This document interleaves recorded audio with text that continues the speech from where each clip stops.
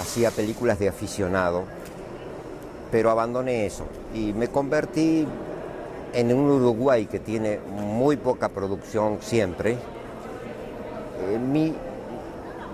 Me convertí en una persona profesional en el campo artístico, porque había algunos profesionales del noticiero, pero yo debo ser la primera persona que intentó en forma profesional el campo artístico. Eso fue a partir, digamos, del año 63, hace mucho tiempo. Inmediatamente se despertó mi vocación documental hace mucho tiempo, y siempre me gustó la ficción también y la animación, todo me gusta. Fui un tiempo a Europa sin enseñanza formal, pero practiqué mucho y finalmente en Uruguay produje una película luego de volver de Praga, donde hice un cortometraje que se llama Praga, como estagiario, ¿no? Como en una pasantía en la escuela de Praga, que es mi primer intento realmente interesante, pero la primera película que hice en Uruguay al volver se llamó Carlos, que todavía hoy la exhiben. Es una película un poco de culto. Es una película que en Brasil la pasaron por todos los cineclubes. Esa película era, llamémosle, entre social y humana. Y luego pasé al campo del cine político, satírico, con elecciones. Y luego hice Me gustan los estudiantes, que es mi cortometraje más conocido. Muy corto, pero que se difundió por todo el mundo. Mucha gente me recuerda por esa película, otros me recuerdan por Carlos y otros por Elecciones. Fundé la Cinemateca del Tercer Mundo, que es una entidad productiva de carácter totalmente político. Y con mi grupo de amigos y colegas nos convertimos en la única producción posible de cine. No había otra forma de hacer cine que el cine político. Hasta que vino la dictadura y me fui a Venezuela, donde estuve 25 años. Hice algunas cosas y luego volví a Uruguay, donde hice la película Aparte, que es la que se exhibe ahora en el festival. Es una historia que no tiene demasiada obra. Algunas películas han tenido mucho éxito, siempre fueron polémicas, aunque yo no quería que fueran polémicas. He recibido muchos ataques de gobiernos o de otra gente, pero en general me ha ido muy bien, me han dado muchos honores. Bueno, yo conviví todo el proceso de lo que se llamó nuevo cine latinoamericano. Me refiero a los cines del Brasil, Cuba, México, etc. Y participé sobre todo con este cine documental de carácter entre social o directamente político, incluso militante, y participé en las discusiones de carácter estético, las discusiones de carácter político. Fue un movimiento importante, pero en este renacimiento de este festival, de ese nuevo cine latinoamericano, habría que cortar un poco. Tendría que morir, porque las cosas buenas tienen que nacer, crecer y morir. Y no podemos seguir prolongando eso. Tenemos que hacer otro cine, porque hay muy buen cine ahora. Muy buen cine latinoamericano. Y también hay que revisar muchos conceptos. La propia palabra latinoamericano excluye por sí misma a los indígenas. Latino, ¿qué quiere decir latino? Somos todos de orígenes muy variados. Aquí en Sao Paulo tenemos una gran población japonesa, de origen japonés. Mis padres son húngaros, hay de todo. Entonces es un poco confuso el problema. Ahora simplemente lo que tenemos que hacer es cine, no revivir aquella etapa. Y el cine, en mi humilde opinión, tiene que ser un cine que, más que ser subversivo o revolucionario, tiene que ser un cine integrado en un sentido crítico, que tiene que avanzar con respecto a aquella otra época, tiene que conquistar más público ahora, que en aquella época era difícil conquistarlo, y tiene que revisar su lenguaje para poder competir honestamente con el resto del mundo. No, yo dejé de creer porque la patria grande es un concepto de varios políticos e historiadores, y se escribió mucho. Jorge Abelardo Ramos, Loret Sejourné, después escribió Galeano, Tulio Alperindongui, Gregorio Seltzer, se escribió mucho.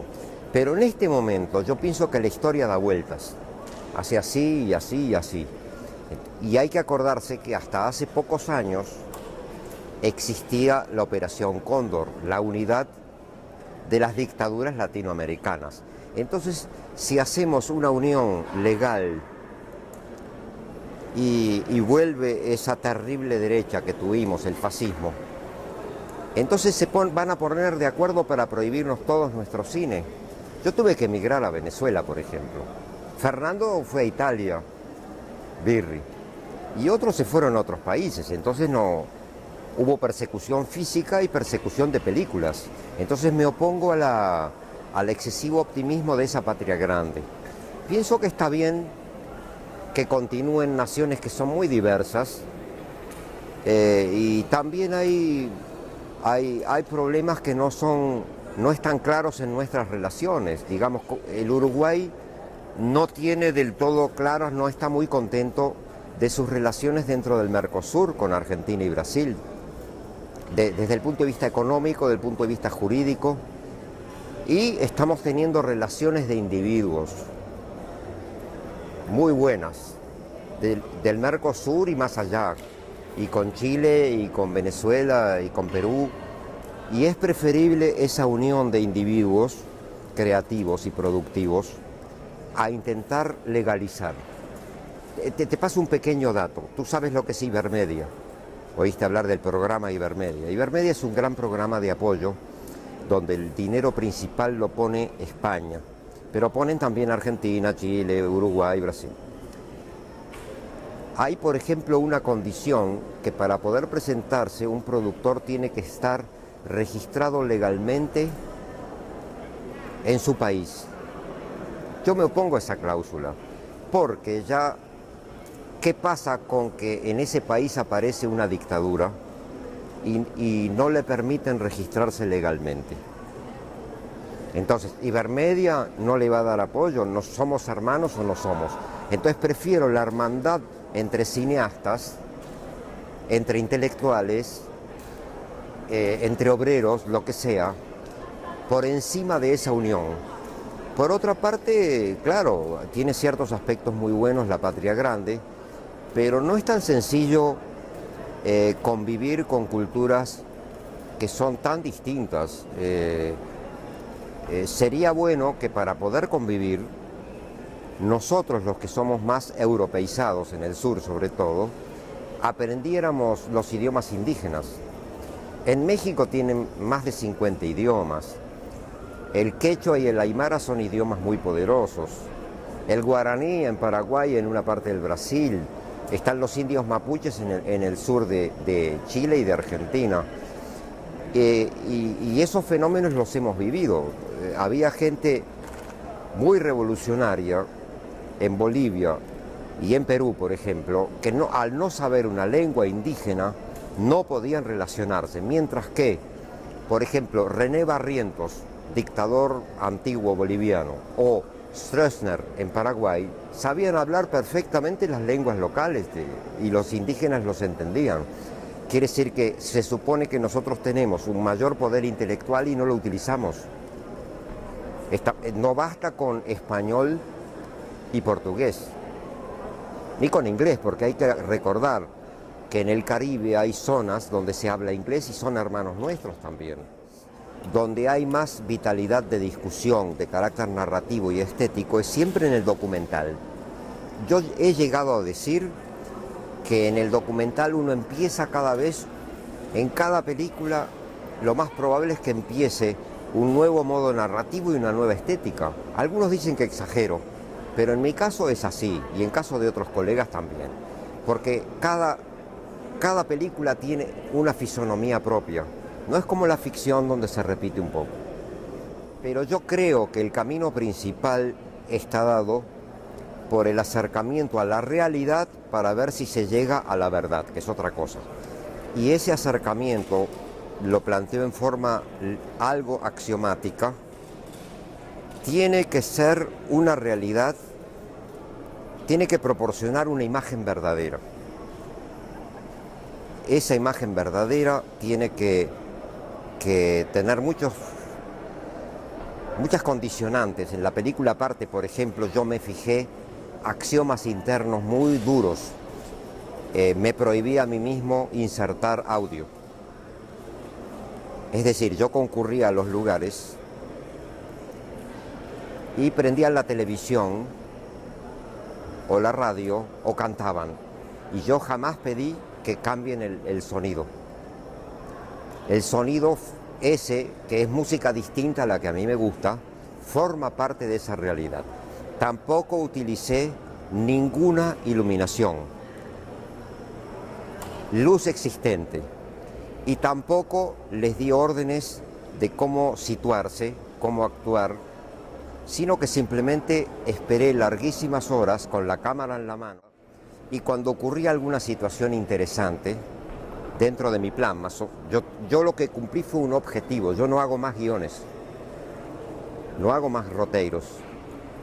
Lo que hago yo es dejarme llevar por un motivo principal, que en este caso era la marginalización cultural en los jóvenes, que me parecía tan importante y decisiva como la marginalidad física o la miseria física. Con ese objetivo y mucho tiempo, mucha espera, mucho cansancio, acompañando jóvenes. Cuando yo hice esa película tenía 65 años, imagínate el problema del cansancio físico. Tuve que volver a aprender cámara. Yo era buen camarógrafo hace 40 años, cuando era joven. Pero ahora tuve que entrenarme otra vez.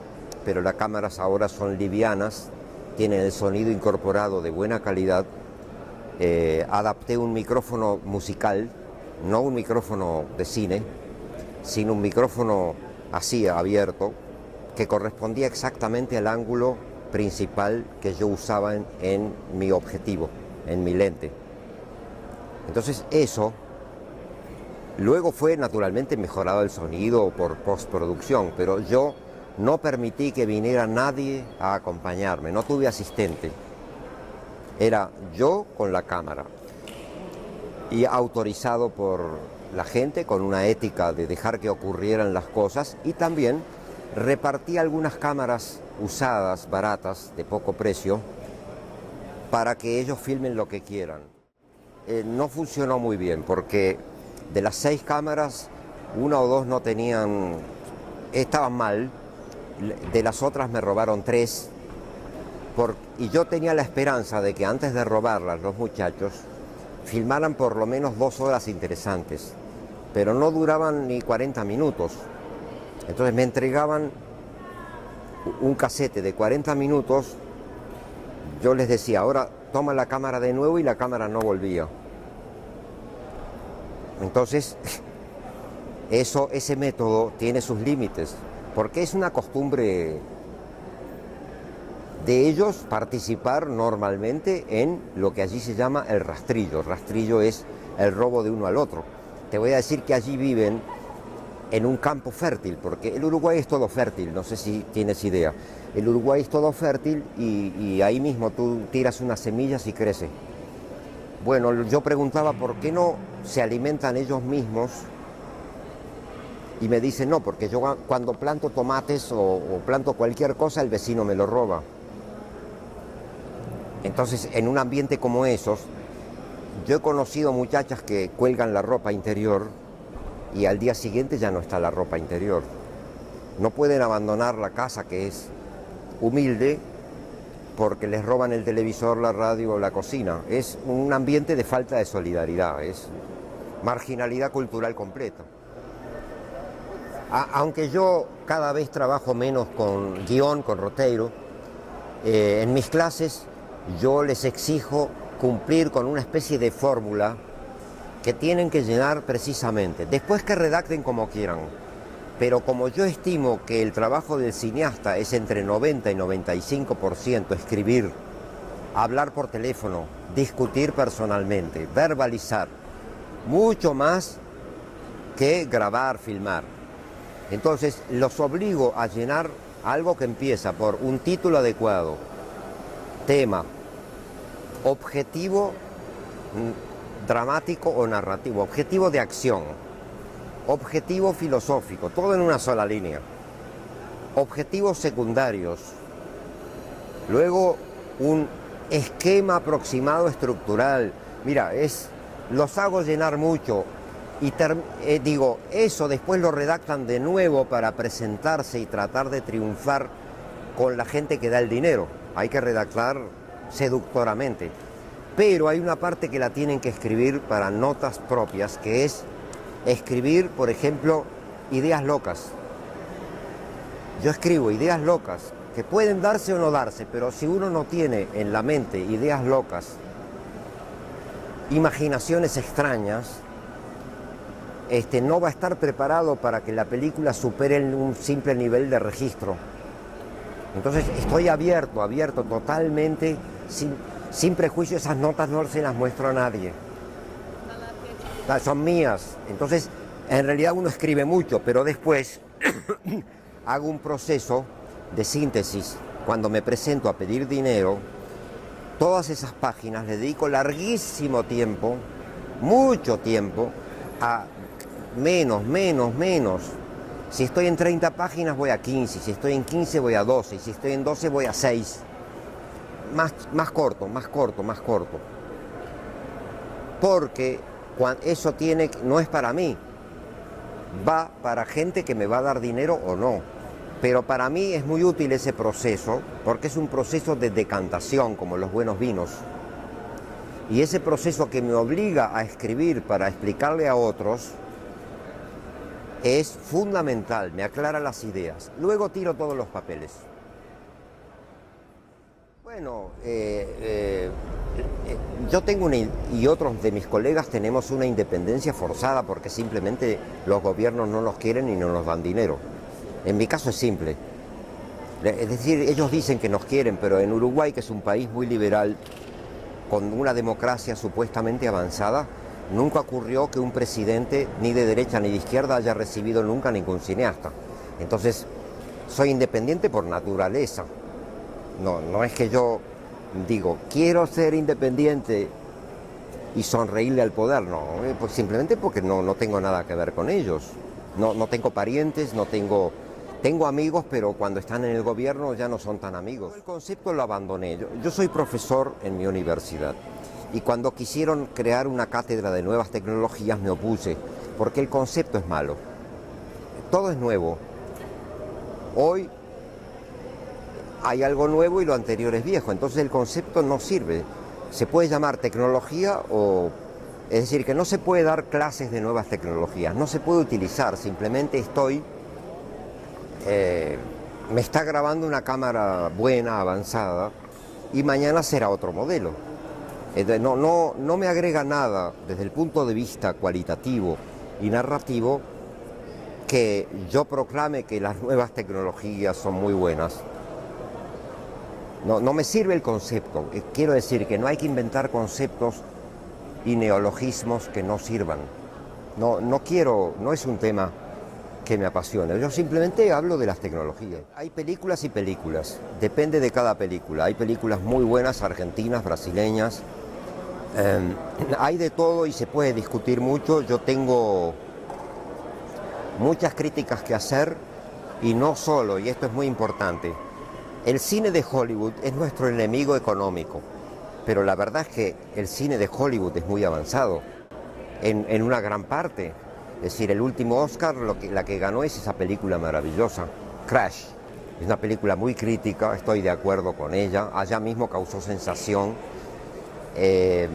Yo creo que eso es película a película, cineasta por cineasta. Hay cineastas que son simplemente oportunistas y negociantes, pero hay otros que simplemente tienen mucho talento y otros que tienen poco. En este momento creo que hay que individualizar. Ya el problema nacional dentro de América Latina no es tan fundamental. Lo importante es que existan personas individuales, no solo directores, productores, camarógrafos, guionistas, editores, que tengan un valor individual. Este es el momento del desarrollo individual absoluto, más allá del problema de si somos nacionalistas o intelectuales en general. Eso de ser un intelectual general ya no nos sirve. Lo que nos sirve es tener buenos cineastas, individuos. Por otra parte, está ocurriendo a nivel natural. Hay muchos acuerdos creativos de coproducción, que es lo que vale, porque a veces se olvidan que la coproducción, que vale desde el punto de vista económico, tiene que tener también un acuerdo espiritual. Entonces, tú miras las películas hechas en coproducción, donde mezclan elementos de un país y de otro y no tienen un objetivo común, no valen nada. Lo que valen es que haya una unificación de criterios narrativos y estéticos y un valor social y regional, que no es mi caso, porque yo, como te digo, estoy trabajando en forma totalmente individual, pero ese es un problema mío. No estoy nada en contra que los otros se asocien y sean parceiros, no. Es un problema de decisión del valor individual y que se junten individuos y que no vengan con el discurso demagógico de la creación colectiva. Eso no está funcionando, ni tampoco el otro discurso demagógico de activar demasiado la creación popular. Es decir, repartir cámaras, yo estoy de acuerdo, dar clases a la población, pero eso ya ha fracasado en la literatura que se intentó. Y en el cine es más complicado, es decir, ¿qué vamos a ganar con que aparezcan muchas películas hechas por sindicatos maravillosos si no hay atrás de eso un sistema creativo? No creo en eso, demagogia. Yo estaba en mala situación espiritual, repasé mi trabajo, me puse a pensar que cada vez que se exhibía una vieja película de hace 40 años que se llama Carlos, la gente se emocionaba y algunos aplaudían y me volvían a invitar al extranjero a pesar de que la película es muy vieja y fue hecha con recursos tecnológicos atrasados. Entonces resolví volver a ese viejo método que consiste en la larga espera, en mi presencia de largo tiempo hasta que me vuelvo transparente, me vuelvo ubicuo, me vuelvo inexistente. Y dejar que la gente viva, no que actúe, que viva. Para lo cual tuve que estudiar durante un año entero la tecnología que en ese momento finalmente me convencí de que el sistema Sony de DV-Cam era el que más me servía. Hice muchas experiencias, me asesoré mucho, estaba muy nuevo todo. Entonces probé y me pareció muy buena la estética y el sistema, incluso el sistema automático, es decir, el automatismo de la luz, del sonido, todas esas cosas. Entonces desarrollé, como digo, un micrófono, compré un micrófono en una tienda de música.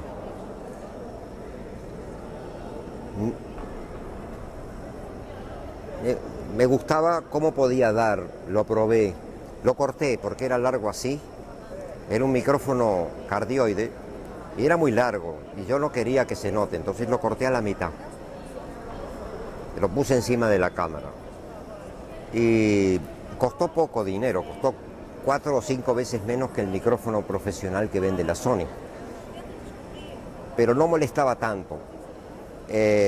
Utilicé mucho, como es normal, el gran angular. Traté de eliminar el zoom, pero finalmente el zoom a veces fue necesario, no había más remedio por problemas de velocidad. Y adopté todos los criterios que yo aprendí de hace infinitos años de formas de ubicar la cámara, ¿no? Siempre con una sola cámara. Entonces, el criterio central de todo esto era que la gente viviera frente a la cámara. Por eso cuando mi película termina, los créditos de los personajes dicen, vivieron frente a la cámara, y pongo los nombres de la gente. Lo cual un crítico italiano dijo, eso es un título maravilloso, el crédito extraordinario, porque vivir es distinto a actuar. Mucha gente no me creyó, porque el primer amigo que la vio terminada, un colega muy querido por mí, me dijo que le parecía que fuera como ficción. Entonces, cuando vinieron algunas acusaciones de que yo armé situaciones, que apareció una minoría hiperintelectual, yo declaré que entonces yo debo ser el mejor director de actores del mundo, porque ellos viven, dijeron, pero no, está armado. Ah, bueno, entonces pónganme, denme el premio de ficción. Esto es el Uruguay, lo que ves es lo que hay.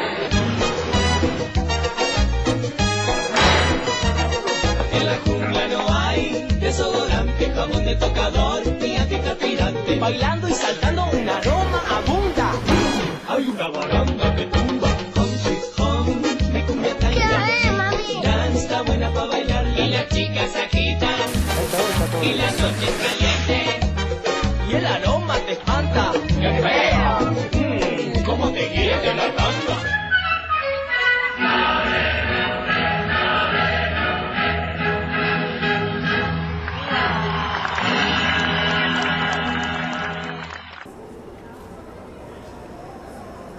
Porque era demasiado natural cómo actuaban, cómo hablaban, cómo se movían. Y el método es muy simple, porque yo no tengo mucho carisma. Hay gente que tiene mucho carisma para enfrentarse a una realidad. Mi único secreto es estar quieto, tranquilo, hablar con ellos, comer juntos. Ojo, comer juntos. Ir inesperadamente, sin avisar, y hacer contactos. Entonces, cuando me dijeron, un personaje cayó preso, pero me tomé un taxi y fui enseguida al juzgado, donde ya había establecido un sistema 5 meses antes de permiso para que me dejen filmar. Porque yo no tuve ningún asistente, ningún productor, ni asistente de producción, ni sonidista. Usaba taxi porque para mí es un axioma no usar auto, por razones de no humillar a la gente pobre, pero también porque el auto siempre está allí y a veces aparece en la escena, y además pagar un taxi, y le digo adiós al taxi, se terminó, no hay taxi, pago ese dinero y llego fresco, porque yo a los 65 años ya no tenía la fuerza física.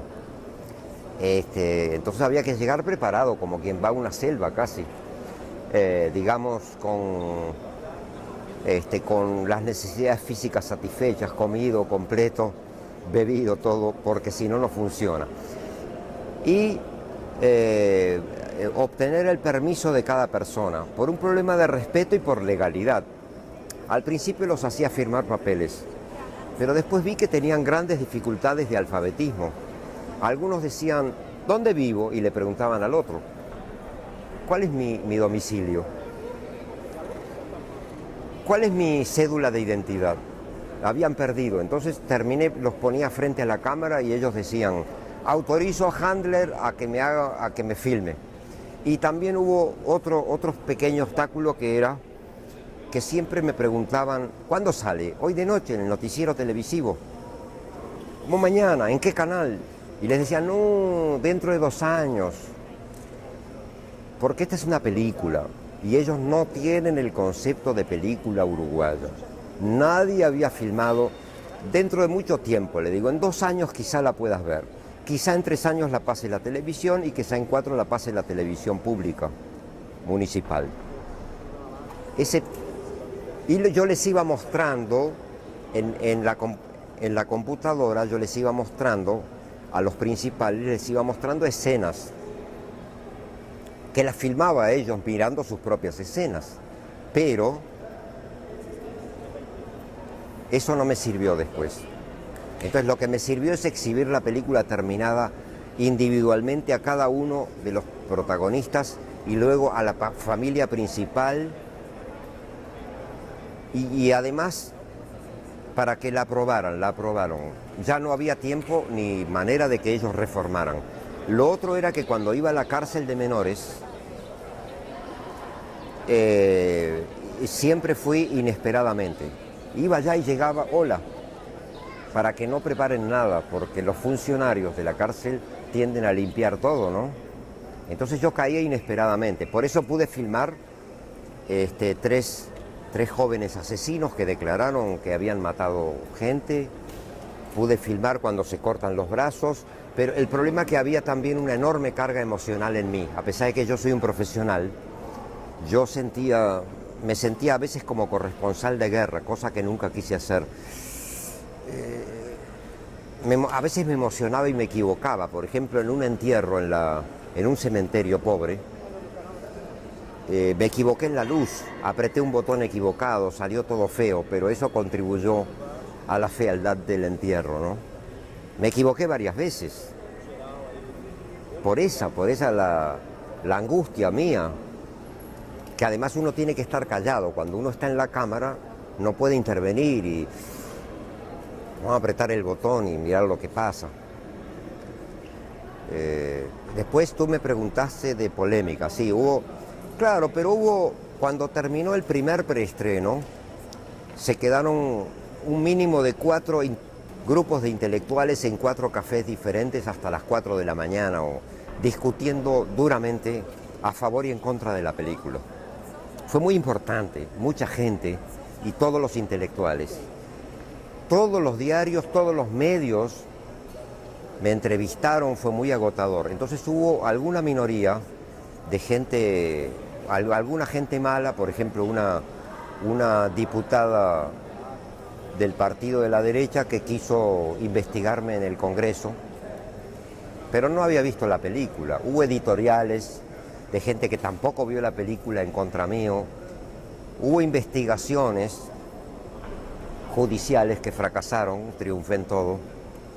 Me querían meter preso, pero porque no importa, no hay que entrar al detalle. Y hubo unos pocos artículos en contra, pero casi toda la intelectualidad escribió sobre esta película. Está todo guardado por mí en un CD-ROM y en el DVD de la película, y es muy fuerte lo que dicen. Hubo un psicoanalista que escribió: Handler nos puso en el diván. Hubo un crítico de un semanario de izquierda, fue tan violento en contra mío, nadie sabe por qué, y absurdo, dijo de todo. Que un crítico brasileño que vive en Uruguay, un crítico musical, Guilherme de Alencar Pinto, dijo que nunca había oído nada tan duro ni siquiera contra Pinochet y otras dictaduras. Entonces se produjo una polémica y otra vez 5 intelectuales a intervenir en contra, a favor de todo. Análisis semióticos, se utilizan las clases de sociología y de psicología, se han hecho foros, un movimiento muy grande de casi todo a favor. Yo exhibí en la mejor sala del país, y en esa mejor sala del país no me animé a ir porque andaba un poco deprimido y enfermo y cansado. Pero hay un cura salesiano que escribió diciendo que era impresionante cómo salía la gente del cine en silencio, angustiada. En algunas funciones que yo fui en otros lugares, la mitad de la sala estaba llorando. Y en el extranjero también. En el extranjero tuve mucho éxito y muchos honores, pero me rechazaron en festivales fundamentales, sin explicación. Después me enteré por fofoca, ¿no? Por chismes me enteré que había habido discusiones. Tú conoces el Input. El Input es la Organización Mundial de Profesionales de la Televisión, es la reunión mundial más importante. La presenté, no fui, y la rechazaron el comité de selección como pornográfica. Al año siguiente la volví a presentar, la mostraron, hubo un gran foro y me pidieron disculpas. Se habían equivocado, creyeron que yo era un oportunista. Para darte una idea de lo que puede ocurrir. La película es oportuna, que no es lo mismo que oportunista. Oportuna quiere decir que cayó en un momento justo. Es una teoría mía, la del sincronismo con la historia es fundamental.